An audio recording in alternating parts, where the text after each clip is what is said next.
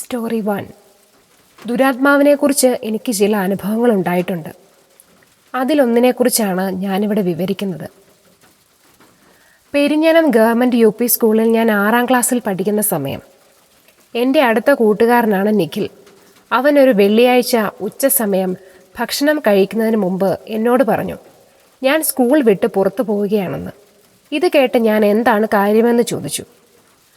അപ്പോഴാണ് അവൻ എന്നോട് സരസ്വതി ടീച്ചറുടെ ഭർത്താവ് മലയ്ക്ക് പോകാൻ പോവുകയാണ്, അതുകൊണ്ട് കുറച്ച് പൂക്കൾ പൂജയ്ക്ക് വേണ്ടി പറിച്ചു കൊടുക്കണമെന്ന് ടീച്ചർ പറഞ്ഞിട്ടുണ്ടെന്ന് പറഞ്ഞത്. ഇതെല്ലാം കേട്ട ഞാൻ സ്കൂളിന് പുറത്ത് പോകാം, നേരം വൈകിയാലും ചുറ്റിക്കറങ്ങാലോ എന്നുള്ള സന്തോഷത്തിൽ ഞാനും കൂടി നിന്നോടൊപ്പം പോരട്ടെ എന്ന് ചോദിച്ചു. അവൻ അത് സമ്മതിക്കുകയും ചെയ്തു. കുഞ്ഞായിരുന്നതുകൊണ്ട് എനിക്ക് അധികം വീടിന് പുറത്ത് പോകുവാൻ അനുവാദമുണ്ടായിരുന്നില്ല. പറഞ്ഞതുപോലെ ഞങ്ങൾ ഭക്ഷണം കഴിച്ചു തീർത്തു. പൂക്കൾ അന്വേഷിച്ച് സ്കൂളിൻ്റെ പരിസര പ്രദേശങ്ങളിൽ നടക്കുവാൻ തുടങ്ങി. ധാരാളം പൂക്കൾ വേണമെന്നുള്ളതുകൊണ്ട് ഞങ്ങൾ അകലങ്ങളിലേക്ക് സഞ്ചരിച്ചു. പക്ഷെ വഴികളൊക്കെ നിഖിലിന് മനപ്പാടമായിരുന്നു. വളരെ സമയമായി. പലതരം പൂക്കൾ ഞങ്ങൾ ശേഖരിച്ചുവെങ്കിലും ഒരേ ഒരു ചെത്തിപ്പൂവ് മാത്രമാണ് ഞങ്ങൾക്ക് ലഭിച്ചത്. പൂജയ്ക്ക് ആവശ്യം കൂടുതലും ചെത്തിപ്പൂവായതുകൊണ്ട് പിന്നെ ഞങ്ങൾ ചെത്തിപ്പൂവ് മാത്രം അന്വേഷിച്ച് നടക്കാൻ തുടങ്ങി. കുറെ അന്വേഷിച്ചുവെങ്കിലും ഞങ്ങൾക്ക് ചെത്തിപ്പൂക്കൾ മാത്രം ലഭിച്ചില്ല. അപ്പോഴാണ് ഞങ്ങൾ ഒരു വീട്ടിൽ ചെത്തിപ്പൂക്കളുടെ കൂട്ടം തന്നെ കണ്ടത്. ഞങ്ങൾ ഇരുവരും ആ വലിയ പറമ്പിലേക്ക് ഓടിക്കയറി. അതൊരു വിശാലമായ പറമ്പായിരുന്നു. ആ കോമ്പൗണ്ടിൽ ഒരു ചെറിയ ഓടിട്ട വീടും കുറച്ച് മാറി ഒരു വലിയ ടെറസ് വീടും ഉണ്ടായിരുന്നു. ആ ഓട് വീടിന് ചുറ്റുമായിരുന്നു ചെടിച്ചട്ടികളിൽ ചെത്തിപ്പൂക്കൾ ഉണ്ടായിരുന്നത്. ഞങ്ങൾ ആ ഓട് വീട്ടിലുള്ള ആൾക്കാരെ വിളിച്ചുവെങ്കിലും ആരെയും പുറത്ത് കണ്ടില്ല. ആ വീടിൻ്റെ വാതിൽ ചുവപ്പും മഞ്ഞയും നിറത്തിലുള്ള ചരടുകളാലും മേലസുകളാലും ബന്ധിച്ചിട്ടുണ്ടായിരുന്നു. കൂടാതെ വാതിലിൽ ഓം നമ ശിവായ എന്ന് എഴുതിയിട്ടുമുണ്ടായിരുന്നു. ക്ഷമ നഷ്ടപ്പെട്ട ഞങ്ങൾ തൊട്ടടുത്ത വലിയ വീട്ടിൽ കയറി വീട്ടുകാരെ വിളിച്ചുവെങ്കിലും അവിടെയും ആരും തന്നെ ഉണ്ടായിരുന്നില്ല. നിവൃത്തിയില്ലാതെ നിഖിൽ പൂക്കൾ നമുക്ക് പൊട്ടിക്കാമെന്ന് എന്നോട് പറഞ്ഞു. അങ്ങനെ ഞങ്ങൾ ഇരുവരും വീണ്ടും ആ ഓട് വീട്ടിലേക്ക് തിരിച്ചെത്തി. പൂക്കളെല്ലാം എൻ്റെ കിറ്റിലും കൈകളിലും നിറഞ്ഞിരുന്നതുകൊണ്ട് നിഖിലായിരുന്നു ചെത്തിപ്പൂക്കൾ പൊട്ടിച്ചത്. ചെത്തിപ്പൂവ് 2 എണ്ണം പൊട്ടിച്ച് എൻ്റെ കയ്യിൽ വെച്ച നിഖിൽ മൂന്നാമതായി പൂവ് പറിക്കുവാൻ കുനിഞ്ഞെങ്കിലും പിന്നെ ചലിച്ചതേയില്ല. കുറച്ചു നേരമായിട്ടും പൂക്കൾ പൊട്ടിക്കാത്തതെന്തേ എന്ന് ചിന്തിച്ച ഞാൻ നിഖിലിനെ വിളിച്ചുവെങ്കിലും അവനിൽ നിന്നും യാതൊരു പ്രതികരണവും ഉണ്ടായില്ല. അപ്പോഴാണ് എനിക്ക് എന്തോ ഒരു അപായം മണത്തത്. നിഖിൽ നിന്നതിന് നേരെ എതിർവശം ഒരു ജനലായിരുന്നു. അവൻ അവിടേക്ക് നോക്കിയാണ് നിശ്ചലമായി നിന്നത്. അവിടെ ഞാൻ കണ്ടത് ഒരു ഇരുട്ട് മാത്രമായിരുന്നു. പക്ഷെ ആ ഇരുട്ടിൽ നിന്ന് ശരീരം വ്യക്തമല്ലാത്ത ഒരു കറുത്ത പൈശാചിക ശക്തിയെ ഞാൻ കണ്ടു. അതിൻ്റെ പല്ലിറുമുന്ന ശബ്ദം എൻ്റെ കാതുകളിൽ കേൾക്കുന്നുണ്ടായിരുന്നു. എൻ്റെ കൈകളിലുള്ള ചെത്തിപ്പൂവിൻ്റെ പവിത്രത കാരണമായിരിക്കാം അതിനെന്നെ സ്തംഭിപ്പിക്കുവാൻ സാധിക്കുന്നുണ്ടായിരുന്നില്ല. പെട്ടെന്ന് അതെന്നെ നോക്കി അമറി. ഭയം കൊണ്ട് ഞാൻ പെട്ടെന്ന് നിഖിലിൻ്റെ ദേഹത്തിൽ തട്ടി. ഞാൻ തട്ടിയതും സ്തംഭനാവസ്ഥയിൽ നിന്നും ഉണർന്ന നിഖിൽ ആ നിമിഷം തന്നെ പേടിച്ചു ഏതോ വഴികളിലൂടെ ഓടിപ്പോയി.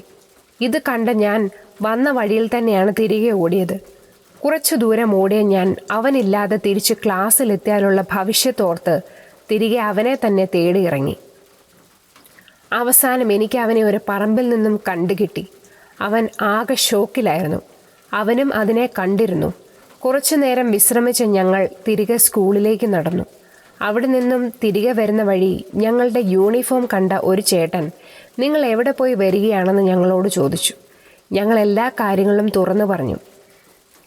ആൾ ഞങ്ങളോട് പറഞ്ഞത് അതൊരു ഗർഭിണി ദുർമരണപ്പെട്ട വീടാണെന്നും അതിനെ അവിടെ തളച്ചിരിക്കുകയാണെന്നുമാണ്. ഇതിൻ്റെ ശല്യം പേടിച്ചാണ് സമീപ വീട്ടുകാർ വീട് ഉപേക്ഷിച്ചതെന്നും ആൾ പറയുകയുണ്ടായി. മരിച്ചവരുടെ ആത്മാക്കൾ ചില പ്രത്യേക സാഹചര്യങ്ങളിൽ നമ്മുടെ അടുത്തെത്താറുണ്ടെന്ന് കേട്ടിട്ടുണ്ട്. എൻ്റെ മുൻകാല സ്റ്റോറീസിൽ ചിലത് അത് സത്യമാണെന്ന് അടിവരയിട്ട് തെളിവ് നൽകുന്നുണ്ട്. പണ്ട് നാം പറഞ്ഞു കേട്ടിട്ടുണ്ട്, ചിലർ മരിക്കേണ്ട സമയമാകുമ്പോൾ മറ്റു ചിലരുടെ ജീവൻ പകരമായി പോയി ജീവൻ രക്ഷിക്കുക എന്നൊക്കെ. അങ്ങനെ ഞാൻ എൻ്റെ സുഹൃത്ത് പറഞ്ഞു കേട്ടിട്ടുണ്ട്. അവന് ബൈക്ക് ആക്സിഡൻ്റായി മരണം സുനിശ്ചിതമെന്ന് ഡോക്ടേഴ്സ് എഴുതിയ ടൈമിൽ അവൻ്റെ വല്യമ്മച്ചിയും മരണത്തിന് കീഴടങ്ങി. പ്രായമായിരുന്നു, സ്വാഭാവിക മരണം. അവൻ ജീവിതത്തിലേക്ക് തിരിച്ചു വന്നു എന്നൊക്കെ. എന്തുമാത്രം സത്യം അതിലുണ്ട് എന്നെനിക്കറിയില്ല. അവൻ്റെ വല്യമ്മച്ചി മരിക്കുമ്പോഴും അവൻ ആക്സിഡൻ്റായി കിടക്കുമ്പോഴൊക്കെ ഞാൻ എൻ്റെ വീട്ടിലായിരുന്നു. തിരുവല്ല. അവൻ എൻ്റെ അമ്മ വീടായ തൃശ്ശൂരുള്ള ചങ്കാണ്. ഒരുപക്ഷെ ഈ സംഭവങ്ങൾ കൂട്ടി വായിക്കുമ്പോൾ ശരിയാണെന്ന് തോന്നിപ്പോകും.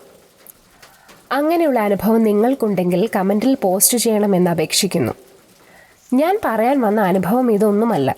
നമ്മൾ ഒരുപാട് സ്നേഹിക്കുന്നവർ അല്ലെങ്കിൽ എപ്പോഴും നമ്മുടെ കൂടെ നടന്ന ഒരാൾ പെട്ടെന്നൊരു ദിവസം ഈ ലോകത്തോട് വിട പറഞ്ഞാൽ, പിന്നീട് ചില ആപത്ഘട്ടങ്ങളിൽ നമ്മൾ പോലും അറിയാതെ ആ ആത്മാവ് നമ്മെ രക്ഷപ്പെടുത്താൻ വന്നാൽ, അങ്ങനെയുള്ള ഒരു അനുഭവം എൻ്റെ ഈ ഗ്രൂപ്പ് മേറ്റ്സ് എന്നോട് പറഞ്ഞത് കേട്ടപ്പോൾ വിശ്വസനീയമെന്ന് തോന്നി. തൽക്കാലം നമുക്ക് അയാളെ ആൻസി എന്ന് വിളിക്കാം. ആൻസി 5th സ്റ്റാൻഡേർഡിൽ പഠിക്കുന്ന കാലം മുതൽ ഒരു ചങ്ക് കൂട്ടുകാരി ഉണ്ടായിരുന്നു അവൾക്ക്. പേര് ലീന. കണ്ണൂരിൽ നിന്ന് സ്ഥലം മാറി വന്നതാണ് ലീന. ആൻസിയുടെ വീടിന് തൊട്ടടുത്ത് തന്നെയാണ് അവർ വീടോട് കൂടിയ സ്ഥലം വാങ്ങിയത്. ആൻസി ആരോടും അധികം സംസാരിക്കാത്ത ഒരു അന്തർമുഖമുള്ള സ്വഭാവക്കാരിയായിരുന്നു. ലീനയാകട്ടെ ഒരു ഭയങ്കര അടിച്ചുപൊളിയുടെ ആളും. ആദ്യമൊക്കെ അവളെ ഒഴിവാക്കാൻ ആൻസി ഒരുപാട് ശ്രമിച്ചു. പക്ഷെ ഓരോ ശ്രമത്തിനും ഒടുവിൽ ലീന അവളോട് കൂടുതൽ അടുത്തു. ഒരു മിഠായി കിട്ടിയാൽ പോലും അതിൻ്റെ പകുതിയുമായി ലീന ഓടുമായിരുന്നു ആൻസിയുടെ അടുത്തേക്ക്. ആൻസിയും അങ്ങനെ തന്നെ. അത്രയ്ക്ക് കൂട്ടായിരുന്നു അവർ തമ്മിൽ. ആൻസിയുടെ സ്വഭാവത്തിലും മാറ്റങ്ങൾ സംഭവിച്ചു. അവളുടെ ആരോടും മിണ്ടാതെയുള്ള ആ സ്വഭാവം ആകെ മാറി. അതുകൊണ്ട് ആൻസിയുടെ വീട്ടുകാർ വളരെ സന്തോഷത്തിലായിരുന്നു. 10th ലീനയും ആൻസിയും തമ്മിൽ മത്സരിച്ചു പഠിച്ചു. നല്ല മാർക്ക് വാങ്ങി. +1 ഒരുമിച്ച് ഒരേ സ്കൂളിൽ ഒരേ ക്ലാസ്സിൽ ചേർന്നു. നന്നായി പഠിച്ച് മുന്നേറിക്കൊണ്ടിരുന്നപ്പോഴാണ് ഒരു പനി പോലെ വന്ന് ലീനയുടെ ജീവൻ മരണം കൊണ്ടുപോയത്. പനി എന്ന് കരുതി മെഡിക്കൽ സ്റ്റോറിൽ നിന്ന് വാങ്ങിയ ഗുളികയും കഴിച്ച് എക്സാം ടൈമിൽ ആൻസിയോടൊപ്പം ഉറക്കളച്ചിരുന്ന പഠനമായിരുന്നു ലീന. എന്നാൽ ആ പനി മഞ്ഞപ്പിത്തമായി മാറിയത് അവർ അറിഞ്ഞിരുന്നില്ല. മരണദൂതൻ ആൻസിയെ തനിച്ചാക്കി ലീനയെ കൊണ്ട് എങ്ങോ പോയി മറിഞ്ഞു. ലീനയുടെ പുസ്തകവും ഡയറിയും എല്ലാം ഇന്നും ആൻസി ഒരു നിധി പോലെ കാത്തു സൂക്ഷിക്കുന്നുണ്ട്. ലീനയുടെ മരണം ആൻസിയെ ആ പഴയ 5ാം ക്ലാസ്സുകാരിയാക്കി. ആരോടും മിണ്ടാതെ ഒറ്റയ്ക്കിരിക്കാൻ അവൾ ആഗ്രഹിച്ചു. തൻ്റെ കൂട്ടുകാരുടെ ഓർമ്മകളുമായി അവളുടെ ജീവിതം ഇഴഞ്ഞു നീങ്ങി തുടങ്ങി. കാലചക്രം വീണ്ടും മുമ്പോട്ട് നീങ്ങി. പഠനമൊക്കെ പൂർത്തിയാക്കി ആൻസി വിവാഹിതയായി. സ്നേഹനിധിയായ തൻ്റെ ഭർത്താവിൻ്റെ കരുതലും സമർപ്പണവും അവൾക്ക് കൂടുതൽ ആശ്വാസം നൽകി. അവൾ തൻ്റെ ഭർത്താവിനോട് തൻ്റെ ജീവിതത്തിൽ നടന്ന കാര്യങ്ങളെല്ലാം പറഞ്ഞിരുന്നു. ലീനയുടെ ഓർമ്മ ദിവസം കല്ലറയിൽ പോയി തിരി കത്തിച്ച് അവർ രണ്ടുപേരും പ്രാർത്ഥിക്കുമായിരുന്നു. കുറച്ചുകാലം മുമ്പോട്ട് പോയി. ആൻസി ഒരു പെൺകുഞ്ഞിന് ജന്മം നൽകി. കുഞ്ഞിന് 1.5 വയസ്സ് പ്രായമുള്ള സമയം. അന്നാണ് ആ സംഭവം നടന്നത്. അന്നൊരു അവധി ദിവസമായിരുന്നു. ഉച്ചയൂണിന് ശേഷം കുഞ്ഞിനെ ഭർത്താവിൻ്റെ അമ്മയെ ഏൽപ്പിച്ച് ആൻസിയും ഭർത്താവും ഒന്ന് മയങ്ങാനായി കിടന്നു. ഈ സമയം അമ്മ ഉച്ചയ്ക്ക് കഴിച്ച പാത്രമെല്ലാം കഴുകി വെച്ചതിന് ശേഷം അയൽക്കൂട്ടത്തിലെ പൈസ കൊടുക്കാനായി കുഞ്ഞിനെ അടുക്കളയിൽ നിർത്തി. അടുക്കള വാതിൽ ഹാഫ് ഡോറാണ്. പുറത്തു നിന്നുകൊണ്ട് അകത്തേക്ക് ഏന്തി വലിഞ്ഞു പൂട്ടി. പൈസ കൊടുത്തിട്ട് വേഗം വരാമെന്ന കണക്കുകൂട്ടലിൽ അമ്മ അയൽ വീട്ടിലേക്ക് പോയി. വേഗം തിരിച്ചെത്താമെന്ന് കരുതിയാണ് കുഞ്ഞിനെ എടുക്കാഞ്ഞത്. അമ്മ പോയ പുറകെ കുഞ്ഞും അമ്മയുടെ പുറകെ പോകാനായി വാതിലിൻ്റെ സാക്ഷിയിൽ പിടിച്ചു. പുറത്തുനിന്ന് കൈ നീട്ടി ഇട്ടതുകൊണ്ടാകാം സാഷ ശരിക്കും വീണില്ലായിരുന്നു. വാതിൽ തുറന്ന് കുഞ്ഞ് പുറത്തേക്ക്. ഇതൊന്നും അറിയാതെ മയക്കത്തിലാണ് ആൻസിയും ഭർത്താവും. കുഞ്ഞ് അമ്മ പോയ വഴിയെ തെറിച്ചു നടന്നുപോയി. കുട്ടനാട്ടിൽ നമ്മൾ കണ്ടിട്ടുണ്ടല്ലോ, വീടിൻ്റെ പരിസരങ്ങളിലായി താറാവിനെ വളർത്താനും മറ്റുമായി ഉള്ള ചെറു കുളങ്ങൾ. കുഞ്ഞ് എങ്ങനെയോ കുളത്തിലേക്ക് നടന്നു നീങ്ങി. ഈ സമയം ഒരു ചെറു മയക്കത്തിലാണ് ആൻസി. പടക്കം പൊട്ടുന്നത് പോലെ കൈയുടെ മസിലിൽ ഒരടി കൊണ്ട് ആൻസി ഞെട്ടി ഉണർന്നു. അവൾ നോക്കുമ്പോൾ മുൻപിൽ ലീന. കിടന്നുറങ്ങുന്നോടി, പോയി കുഞ്ഞിനെ എടുക്കടി, അല്ലെ കൊച്ചിപ്പം മുങ്ങിച്ചാകും. ആൻസി ഒന്ന് ഞെട്ടി. അവൾ പെട്ടെന്ന് ഭർത്താവിനെ കുലുക്കി വിളിച്ചുണർത്തി. ചേട്ടാ ലീന, അവൾ പറഞ്ഞു. ലീനയോ? നിനക്ക് തോന്നിയതാ? അല്ല, അവൾ വന്നു. നമ്മുടെ കുഞ്ഞിനെന്തോ പറ്റി, അത്രയും പറഞ്ഞു. എന്തോ ആലോചിച്ചവൾ തിടുക്കത്തിൽ പുറത്തേക്കോടി. ആ സമയം ചേറിൽ മുങ്ങി താഴ്ന്നുകൊണ്ടിരിക്കുകയാണ് കുഞ്ഞ്. നോക്കി നിൽക്കാൻ സമയമില്ലാത്തതുകൊണ്ട് അവർ രണ്ടുപേരും കുളത്തിലേക്ക് എടുത്തു ചാടി. കുഞ്ഞിനെ ഹോസ്പിറ്റലിൽ എത്തിച്ചു. കൃത്യസമയത്ത് ഹോസ്പിറ്റലിൽ എത്തിച്ചതുകൊണ്ട് കുഞ്ഞിൻ്റെ ജീവൻ രക്ഷിക്കാനായി. കുഞ്ഞിനെയും കൊണ്ട് വണ്ടാനം മെഡിക്കൽ കോളേജിൻ്റെ പടിയിറങ്ങുമ്പോൾ അവളുടെ കണ്ണ് നിറഞ്ഞിരുന്നു. കാറിൽ കയറാൻ ഒരുങ്ങുമ്പോൾ അവളുടെ ഭർത്താവ് അവളോട് ചോദിച്ചു, എന്ത് പറ്റി നിനക്ക്? എന്ത് പറ്റി നിന്റെ കൈക്ക്? അവൾ തൻ്റെ കൈയിലേക്ക് നോക്കി. നല്ല വെളുത്ത അവളുടെ കയ്യിൽ അപ്പോൾ അച്ചു പതിച്ചതുപോലെ രക്തനിറത്തിൽ തടിച്ചു പൊങ്ങിയിരുന്നു. 4 വിരലുകൾ. അപ്പോൾ അവളുടെ കാതിൽ മുഴങ്ങി കേൾക്കാമായിരുന്നു ലീനയുടെ ശബ്ദം. കിടന്നുറങ്ങുന്നോടി, പോയി കുഞ്ഞിനെ എടുക്കടി. സൗഹൃദം എന്നത് അങ്ങനെയാണ്. സുഹൃത്തിന് ഒരാപത്ത് എന്ന് കണ്ടാൽ മരണത്തിൻ്റെ വേലിക്കെട്ടുകൾ പോലും തകർത്തെറിഞ്ഞു വരും നമ്മെ രക്ഷിക്കാൻ. സൗഹൃദം അത് അമൃതാണ്, അമൂല്യവും. ഞാൻ ആർമിയിലാണ് വർക്ക് ചെയ്യുന്നത്. എൻ്റെ പോസ്റ്റിംഗ് ഹരിദ്വാറിലായിരുന്നു. ഫാമിലി അക്കോമഡേഷൻ ഫെസിലിറ്റി ഉള്ളതുകൊണ്ട് ഞാനും ഭാര്യയും മകളും മകനും അവിടെ 1 വർഷത്തോളമായി താമസിക്കുന്നു. അവിചാരിതമായി എനിക്ക് മറ്റൊരു സ്ഥലത്തേക്ക് മാറ്റം കിട്ടി. സ്ഥലപ്പേര് പറയുന്നില്ല. അവിടെയാണെങ്കിൽ ഫാമിലിയെ കൊണ്ടുപോകാൻ പറ്റില്ലായിരുന്നു. അങ്ങനെ ഞാൻ ഫാമിലിയെ നാട്ടിൽ കൊണ്ടുവിടാൻ തീരുമാനിച്ചു. എനിക്ക് കാറുകളോട് ഭയങ്കര താല്പര്യമായിരുന്നു, വണ്ടിഭ്രാന്ത്. അതുകൊണ്ട് തന്നെ അവിടുന്ന് ഒരു കാർ വാങ്ങിയിരുന്നു, UK 8Q2199. അങ്ങനെ ഞാൻ ഫാമിലിയെ നാട്ടിൽ വിടാൻ തീരുമാനിച്ചു. പക്ഷേ എനിക്കും ഭാര്യയ്ക്കും ഇടയിൽ കാർ വില്ലനായി. വണ്ടി കയറ്റി അയക്കാൻ തീരുമാനിച്ചപ്പോൾ ഒരുപാട് പൈസയാണ് അവർ പറയുന്നത്. അങ്ങനെ വണ്ടി ഓടിച്ച് നാട്ടിൽ കൊണ്ടുപോകാൻ തീരുമാനിച്ചു. എനിക്കും അതായിരുന്നു ഇഷ്ടം. പക്ഷെ ചെറിയ 2 കുട്ടികളെയും കൂട്ടി കാറിൽ ഇത്ര ദൂരം, ഏകദേശം 2700 കിലോമീറ്റർ യാത്ര ചെയ്യാൻ വൈഫിന് തീരെ താല്പര്യമില്ലായിരുന്നു. അങ്ങനെ ഞാൻ ഒരു ഐഡിയ മുന്നോട്ട് വെച്ചു. ഡൽഹി വരെ അവൾ എൻ്റെ കൂടെ കാറിൽ വരും. അവിടുന്ന് അവൾ നിസാമുദ്ദീൻ എറണാകുളം മംഗള എക്സ്പ്രസ്സിന് പോകും. അവൾക്ക് എന്നെ ഒറ്റയ്ക്ക് വിടാൻ തീരെ താല്പര്യമില്ലായിരുന്നെങ്കിലും വേറെ നിവൃത്തിയില്ലാത്തതുകൊണ്ട് സമ്മതിച്ചു. ഞാൻ ഹാപ്പിയായി. അന്ന് 2017 ജനുവരി 16-ാം തീയതിയായിരുന്നു. 17-ാം തീയതി രാവിലെ 9:20-നാണ് നിസാമുദ്ദീനിൽ നിന്നും ട്രെയിൻ. അതുകൊണ്ട് തന്നെ 16-ന് രാത്രി 11 മണിക്ക് ശേഷം ഞങ്ങൾ ഡൽഹിക്ക് പുറപ്പെട്ടു. ജനുവരി മാസം ആയതുകൊണ്ട് തന്നെ നല്ല തണുപ്പായിരുന്നു. പോരാത്തതിന് ഒടുക്കത്തെ മൂടൽ മഞ്ഞും. ഫോഗ് ലൈറ്റ് ഇട്ടിട്ടും റോഡിൽ 10 മീറ്റർ മുന്നിൽ പോലും ഒന്നും കാണാൻ പറ്റുന്നില്ല. അതുകൊണ്ട് തന്നെ വളരെ പതുക്കെയാണ് പോയത്. അങ്ങനെ വണ്ടി യമുന എക്സ്പ്രസ് ഹൈവേയിൽ പ്രവേശിച്ചു. 4 വരി പാത, നേരെയുള്ള റോഡ്. മഞ്ഞില്ലായിരുന്നെങ്കിൽ ശരവേഗത്തിൽ പോകാമായിരുന്നു. അത്രയ്ക്കും നല്ല റോഡ്. മഞ്ഞിനെ ശപിച്ചുകൊണ്ട് വളരെ പതുക്കെ ഞാൻ വണ്ടിയോടിച്ചു. 20 മുതൽ 30 കിലോമീറ്റർ വരെ. സമയം ഏകദേശം 1:30 കഴിഞ്ഞു കാണും. മോൾ പിൻസീറ്റിൽ കിടന്ന് നല്ല ഉറക്കമാണ്. അവൾക്ക് 6 വയസ്സ്.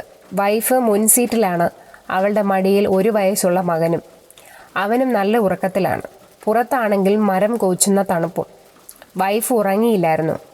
പക്ഷെ ഞങ്ങൾ തമ്മിൽ ഒന്നും സംസാരിക്കുന്നതുമില്ലായിരുന്നു. കാരണം വളരെ കഷ്ടപ്പെട്ടാണ് ഞാൻ ഡ്രൈവ് ചെയ്തിരുന്നത്. അവൾ ശല്യം ചെയ്യേണ്ട എന്ന് കരുതി കാണും.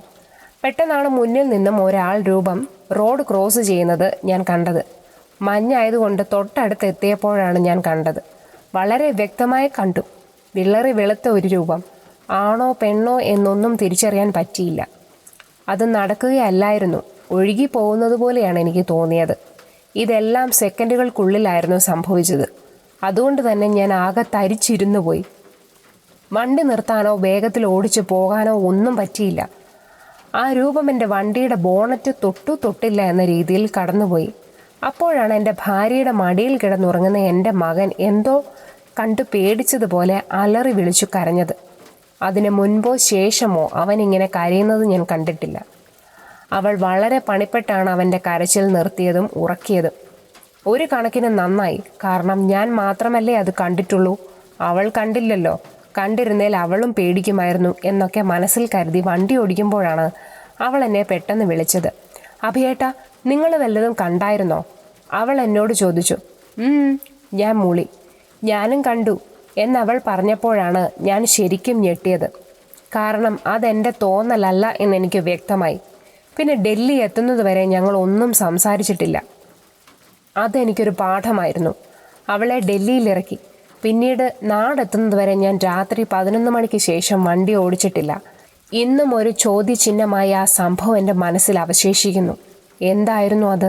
എൻ്റെ തോന്നലായിരുന്നോ? ആണെങ്കിൽ എൻ്റെ ഭാര്യ എങ്ങനെ കണ്ടു? ഇനി ഞങ്ങൾക്ക് 2 പേർക്കും തോന്നിയതാണെങ്കിൽ എൻ്റെ മകൻ എന്തിനു കരഞ്ഞു? എൻ്റെ കല്യാണം കഴിഞ്ഞ് താമസിച്ച വീട്ടിലെ ഒരു അനുഭവമാണ്. അതൊരു വാടക വീടായിരുന്നു. 2 നില വീട്. താഴത്തെ നിലയിൽ ഒരു മുറിയേ ഉള്ളൂ. അതിൽ ചേട്ടൻ്റെ അമ്മമ്മയാണ് കിടന്നിരുന്നത്. പിന്നെ വലിയൊരു ഹാൾ. അതിലാണ് ചേട്ടൻ്റെ അച്ഛനും അമ്മയും കിടക്കുന്നത്. മുകളിൽ 3 മുറിയുണ്ട്. അതിലൊന്ന് പൂട്ടിയിട്ടേക്കുകയായിരുന്നു. പിന്നെ ഒന്നിലാണ് ഞാനും ചേട്ടനും കിടക്കുന്നത്. ഒരു വലിയ മതിൽ കെട്ടിനുള്ളിലെ ഒരു വീട്. എനിക്ക് പണ്ട് ഈ പ്രേതത്തിലൊക്കെ ഒന്നും വിശ്വാസമില്ലാത്തതുകൊണ്ട് പേടിയൊന്നുമില്ലായിരുന്നു. രാവിലെ അവരെല്ലാം ജോലിക്ക് പോയാൽ ഞാനും അമ്മാമ്മയും മാത്രമേ ഉള്ളൂ അവിടെ. അമ്മാമ്മ കിടപ്പാണ്. അങ്ങനെ ഒരു ദിവസം ചേട്ടൻ മൂന്നാറിൽ പോയി. അന്ന് ഞാൻ റൂമിൽ ഒറ്റയ്ക്കാണ് കിടന്നത്. ഉറക്കത്തിൽ എൻ്റെ തലയ്ക്ക് ആരോ അടിച്ചതുപോലെ തോന്നി. പെട്ടെന്ന് ഞെട്ടി ഉണർന്ന് ഫോൺ എടുത്ത് സമയം നോക്കി. 1 മണി. അന്നേരവും പേടിയൊന്നും തോന്നിയില്ല. ചുമ്മാ ഫോൺ എടുത്ത് ചേട്ടായിനെ വിളിച്ചു സംസാരിച്ചു. ഇതൊന്നും പറഞ്ഞില്ല. പിന്നെ കിടന്നുറങ്ങി. പിന്നീട് ഞാൻ എൻ്റെ വീട്ടിൽ പോയ ഒരു രാത്രി ചേട്ടായി ഒറ്റയ്ക്കായിരുന്നു മുറിയിൽ. അന്ന് രാത്രി ചേട്ടായി വല്ലാതെ പേടിച്ചു. ഒരു മുടി വളർത്തിയ രൂപം കണ്ടു എന്നൊക്കെ പിറ്റേന്ന് എന്നെ ഫോൺ വിളിച്ചു പറഞ്ഞു. പിന്നെ എണീറ്റ് താഴെ അമ്മയുടെ കൂടെ വന്ന് കിടന്നുവെന്നും പറഞ്ഞു. ആ വീട്ടിൽ വല്ലാതെ പേടിച്ചത് ചേട്ടൻ്റെ അമ്മയായിരുന്നു. താഴത്തെ വലിയ ഹാളിൽ അമ്മ അമ്മാമ്മയുടെ മുറിയുടെ വാതിലിൻ്റെ അടുത്തും അച്ഛൻ ഇത്തിരി മാറി വീട്ടിലോട്ട് കയറി വരുന്ന വാതിലിനടുത്തായിട്ടുമാണ് കിടക്കുന്നത്. അമ്മ കുറേ ദിവസങ്ങളിൽ അലറി കരയുകയും ഏതോ ഒരു മുടിയഴിച്ചിട്ട രൂപം തലയുടെ ഭാഗത്ത് വന്ന് പേടിപ്പിച്ചു എന്ന് പറയുകയും പിന്നീട് ഒരിക്കൽ സ്റ്റെപ്പിൽ നിന്നുകൊണ്ട് ആ രൂപം മുകളിലോട്ട് വിരൽ ചൂണ്ടി ഞാൻ അവരെ കൊല്ലുമെന്നൊക്കെ പറയുകയും ചെയ്തു എന്ന് പറഞ്ഞു. മുകളിൽ ഏട്ടനും ഞാനും കിടക്കുന്നതുകൊണ്ട് അമ്മ വല്ലാതെ പേടിച്ചു നിലവിളിച്ചു. അച്ഛനും ഇങ്ങനെ സംഭവിച്ചിട്ടുണ്ട്. പിന്നീട് ഹാളിൽ തന്നെ അവർ അടുത്തടുത്ത് കിടന്നു. പിന്നീട് പേടിച്ചിട്ടില്ല. ആരെങ്കിലും അവിടെ ഒറ്റയ്ക്ക് കിടന്നിട്ടുണ്ടോ? അവരെല്ലാം പേടിച്ചിട്ടുണ്ട്. എന്നാൽ ഈ സംഭവങ്ങളൊക്കെ ഉണ്ടായതിനു ശേഷവും പകൽ സമയങ്ങളിൽ ഞാൻ ഒറ്റയ്ക്ക് നിന്നിട്ടുണ്ട്. പേടിയില്ലായിരുന്നു. പക്ഷേ ഇപ്പോൾ ഓർക്കുമ്പോൾ എങ്ങനെ അവിടെ നിന്നു എന്ന് തോന്നാറുണ്ട്. 1 വർഷം കഴിഞ്ഞപ്പോൾ ഞങ്ങൾ ആ വീട്ടിൽ നിന്ന് താമസം മാറി. ഞങ്ങൾ ആ വീടിനെ ഒരു ഭാർഗവീ നിലയം എന്നാണ് വിളിക്കുന്നത്. കണ്ടാലും അങ്ങനെ തോന്നും. എന്തായാലും പിന്നീട് അതുവഴി തിരിഞ്ഞു നോക്കിയിട്ടില്ല. ഞാൻ ജോലിക്ക് പോകാൻ എളുപ്പത്തിനാണ് ഓഫീസിനടുത്തൊരു വാടക വീട് എടുത്തത്. ബ്രോക്കർ ഫീ കൊടുക്കാനുള്ള മനസ്സില്ലാത്തതുകൊണ്ട് OLX വഴിയാണ് വീട് തരപ്പെടുത്തിയത്. 2 നില വീടിൻ്റെ മുകൾ നിലയിലാണ് താമസം ആരംഭിച്ചത്. ഞാനും വൈഫും 4 വയസ്സുകാരൻ മകനും മാത്രം. താഴത്തെ നിലയിൽ ഒരു അമ്മയും അച്ഛനും അവരുടെ 2 മക്കളും ഒരു ചേച്ചി പോളിയോ ബാധിച്ച് കിടപ്പിലായിരുന്നു. ഒരു ദിവസം രാത്രി മകൻ എന്തോ കണ്ട് പേടിച്ചു നിലവിളിച്ചു. അവൻ പറഞ്ഞത് ഫ്രിഡ്ജിന് മുകളിൽ അവൻ വലിയൊരു പൂച്ചയെപ്പോലെ ഒരു ജീവിയെ കണ്ടു എന്ന്. ഞാൻ വീട് മുഴുവൻ അരിച്ചു പെറുക്കി നോക്കിയിട്ടും ഒന്നും കണ്ടില്ല. അതൊക്കെ വെറും തോന്നലാണെന്ന് പറഞ്ഞ് അവനെ ആശ്വസിപ്പിച്ച് നാമം ജപിച്ചിട്ട് കിടക്കാൻ പറഞ്ഞു. രാത്രി ആയപ്പോൾ എൻ്റെ 2 കാലുകളിലും തണുത്തൊരു വളയം ഇട്ടിരിക്കുന്നത് പോലെ ഫീലായി. കാലിൽ ലോക്കിട്ടതുപോലെ. എനിക്ക് വിളിക്കണമെന്നുണ്ട്, പക്ഷെ ശബ്ദം പുറത്തു വരുന്നില്ല. വെളുത്ത് നല്ല പൊക്കമുള്ള ഒരു രൂപം കട്ടിലിൽ വന്നിരുന്നു. എനിക്കൊന്ന് ചലിക്കാൻ കൂടി പറ്റുന്നില്ല. നന്നായി വിയർക്കുന്നുണ്ടായിരുന്നു. ബോധമുണ്ടെങ്കിലും വിളിക്കാനോ അനങ്ങാനോ പറ്റുന്നില്ല. ആ രൂപം എന്നെ രൂക്ഷമായി നോക്കുന്നത് പോലെ തോന്നി. ഞാൻ കണ്ണുകൾ അടച്ചു കിടന്നു. എണീക്കാൻ സാധിക്കുന്നില്ല. പിന്നീട് എപ്പോഴോ ഉറങ്ങിപ്പോയി. രാവിലെ ഉറക്കമുണർന്നപ്പോൾ ഞാൻ തറയിലാണ് കിടക്കുന്നത്. എന്താണ് സംഭവിച്ചെന്ന് മനസ്സിലാകാതെ മരവിച്ചു പോയിരുന്നു. കുറച്ച് ദിവസം പ്രശ്നമൊന്നും തോന്നിയില്ല. വീട് മാറിയതിൻ്റെ എന്തെങ്കിലും ആവുമെന്ന് മനസ്സിനെ പറഞ്ഞ് മനസ്സിലാക്കി വീടുമായി ഒന്ന് പൊരുത്തപ്പെട്ടു തുടങ്ങി. അങ്ങനെ ഇരിക്കെ രാത്രിയിൽ വീണ്ടും എൻ്റെ കാലിൽ എന്തോ പിടിച്ചു വലിക്കുന്നത് പോലെ തോന്നി. കട്ടിലിൽ കിടന്നുറങ്ങുന്ന ഞാൻ ഉണരുന്നത് നിലത്താണ്. പിന്നെ മനസ്സിൽ ഭയം കൂടിക്കൂടി വന്നു. ഞാൻ കുഞ്ഞിനെയും വൈഫിനെയും അവളുടെ അമ്മ വീട്ടിൽ കൊണ്ടുചെന്നാക്കി. ഞാൻ വീട്ടിൽ ഒറ്റയ്ക്കായതിനാൽ കുറച്ച് ദിവസം അമ്മ എൻ്റെ കൂടെ നിൽക്കാൻ വന്നു. പേടിയായതിനാൽ ഒരു ധൈര്യത്തിന് അമ്മയെ കൂടെ കൂട്ടി. 2 ദിവസം പ്രശ്നമൊന്നുമില്ലായിരുന്നു. ഒരു ദിവസം അമ്മയുടെ നിലവിളി കേട്ടാണ് ഉണർന്നത്. രാത്രി അമ്മയെ ഏതോ ഒരു പൊക്കമുള്ള രൂപം വലിച്ചു താഴെയിട്ടെന്നും ഒക്കെ അമ്മ പറയുന്നുണ്ടായിരുന്നു. രാവിലെ അമ്മ താഴത്തെ വീട്ടിൽ പോയി ഇതിനെക്കുറിച്ച് അവരോട് പറഞ്ഞു. അപ്പോൾ അവർക്കും ഈ അനുഭവം ഉണ്ടായിട്ടുണ്ടെന്നും അവരുടെ പോളിയോ ബാധിച്ച മകൾ ഒരുപാട് പ്രാവശ്യം നിലത്ത് വീണിട്ടുണ്ടെന്നും വേറെ വീട് നോക്കുന്നുണ്ടെന്നും അവർ പറഞ്ഞു. അന്ന് എന്നോട് അവിടെ കിടക്കേണ്ട എന്ന് പറഞ്ഞ് ഞങ്ങൾ എൻ്റെ വീട്ടിലേക്ക് തിരികെ പോയി. 3 ദിവസം കഴിഞ്ഞ് ഞാൻ തിരികെ രാവിലെ വാടക വീട്ടിലെത്തി. അവിടെ പത്രമിടുന്നത് വയസ്സായ ഒരാളാണ്. ഞാൻ കാര്യങ്ങൾ മുഴുവൻ പുള്ളിയോട് പറഞ്ഞു. അപ്പോഴാണ് ഞെട്ടിക്കുന്ന വിവരങ്ങൾ ഞാൻ അറിയുന്നത്. ആ വീട്ടിലൊരു ദുർമരണം നടന്നിട്ടുണ്ട്. മുകളിലത്തെ നിലയിൽ പൊക്കമുള്ള ഒരു സ്ത്രീ തൂങ്ങി മരിച്ചിരുന്നു. വേറെ വീടൊന്നും കിട്ടിയില്ലേ, ഈ പ്രേതഭവനമേ കിട്ടിയുള്ളോ എന്നും. വേറെ ആരോടും ചോദിച്ചില്ലേ എന്ന് പുള്ളിക്കാരൻ ചോദിച്ചു. ഞാൻ ആകെ തകർന്നിരുന്നു. ഇതിനിടയിൽ അമ്മ വൈഫിനെ വിളിച്ച് സംഭവിച്ചതെല്ലാം പറഞ്ഞിരുന്നു. അവർക്കും അങ്ങോട്ട് വരാൻ പേടിയായി. വേറെ വീട് നോക്കാൻ പറഞ്ഞ് ഞാൻ ഹൗസ് ഓണറെ വിളിച്ചു. ഫോൺ എടുക്കുന്നില്ല. OLX വഴി ആയതുകൊണ്ട് പുള്ളിയുടെ വീടും അറിയില്ല. ആ വീട് അയാൾ ഈ ഇടെയാണ് മേടിച്ചത്. താഴത്തെ താമസക്കാർക്കും അറിയില്ല. ഓഫീസിൽ ഓരോന്ന് ചിന്തിച്ച് വട്ടിളകിയിരുന്നപ്പോൾ ഹൗസ് ഓണർ വിളിക്കുന്നു. ഞാൻ കാര്യങ്ങൾ പറഞ്ഞ് വീട് ഒഴിയുകയാണെന്ന് പറഞ്ഞു. ഒരാഴ്ച കഴിഞ്ഞ് വേറെ വീട് ഓഫീസിലെ പ്യൂൺ ചേട്ടൻ ശരിയാക്കി തന്നു. വീട്ടു സാധനം എടുക്കാൻ പോയപ്പോൾ താഴത്തെ നിലയിൽ താമസക്കാരൊക്കെ മാറിപ്പോയിരുന്നു. ഞാൻ വൈഫിൻ്റെ ബ്രദറിനെയും കൂട്ടിയാണ് വീട്ടു സാധനങ്ങൾ ഷിഫ്റ്റ് ചെയ്തത്. ഫ്രിഡ്ജ് എടുത്ത് താഴെ എത്തിക്കാൻ നോക്കിയപ്പോൾ എന്നെ ആരോ കഴുത്തിൽ കുത്തിപ്പിടിച്ച് തള്ളുന്നതായി തോന്നി. അവനോട് പെട്ടെന്ന് അവിടുന്ന് മാറാൻ പറഞ്ഞു. ഞാനും ഫ്രിഡ്ജും താഴെ വീണു. എൻ്റെ കഴുത്തും നന്നായി ഉളുക്കി. പിന്നെ ഏകദേശം 6 മാസം വരെ ഹോസ്പിറ്റൽ, വീട് എന്ന അവസ്ഥയിലായി. 2 കൊല്ലം കഴിഞ്ഞ് അച്ഛൻ്റെ അസുഖം സംബന്ധിച്ച് ഹോസ്പിറ്റലിൽ പോയപ്പോൾ അന്ന് ആ വീട്ടിൽ താഴത്തെ നിലയിൽ താമസിച്ച ആളിനെ കണ്ടു. അപ്പോഴേ അറിഞ്ഞത് ആ പോളിയോ ബാധിച്ച ചേച്ചി മരിച്ചെന്ന്. അവർ വീട് മാറിയിട്ടും ആ ചേച്ചിക്ക് അതിൻ്റെ ഉപദ്രവം ഉണ്ടായിരുന്നു എന്നും. ദയവായി വീടുകൾ മേടിക്കുമ്പോഴോ വാടകയ്ക്ക് എടുക്കുമ്പോഴോ പരിസരത്തൊക്കെ നന്നായി അന്വേഷിച്ച് മാത്രം എടുക്കുക.